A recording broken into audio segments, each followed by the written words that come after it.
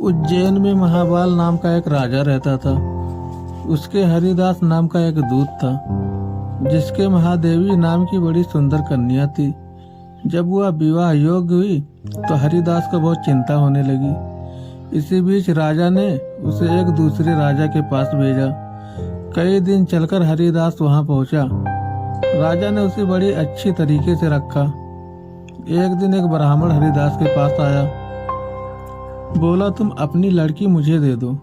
हरिदास ने कहा, मैं अपनी लड़की उसे दूंगा जिसमें सब गुण होंगे। ब्राह्मण ने कहा, मेरे पास एक ऐसा रथ है जिस पर बैठकर जहां चाहो घड़ी भर में पहुंच जाओगे।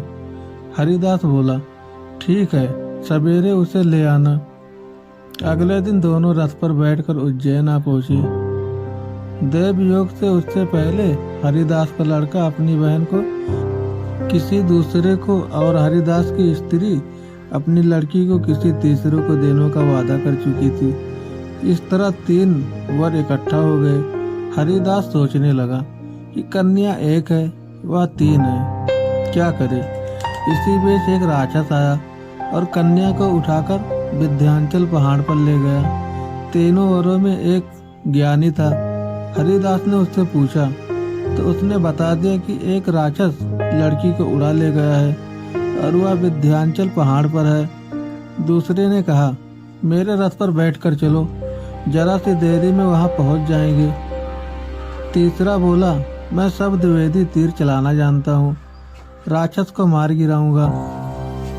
वे सब रथ पर चढ़कर विंध्याचल पहुंचे और राक्षस को मारकर लड़की को बचाने।